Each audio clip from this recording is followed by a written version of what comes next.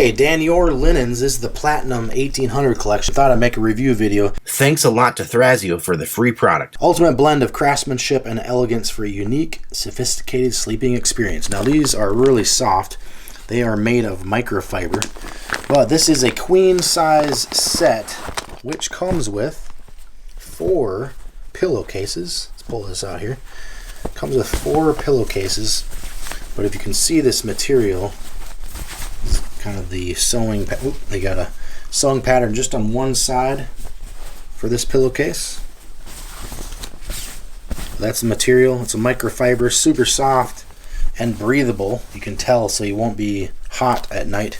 Here's the inside tag. 100% polyester, machine wash and cold, similar colors, microfiber.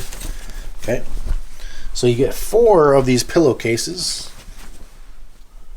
And then you get 1 fitted sheet and 1 flat sheet as well. So there's the 4 pillowcases. They feel really light and soft. So here is the fitted, let's see, this is the fitted sheet, so I won't unfold that for now. And here is the flat sheet. So with the flat sheet, this is going to be your top part.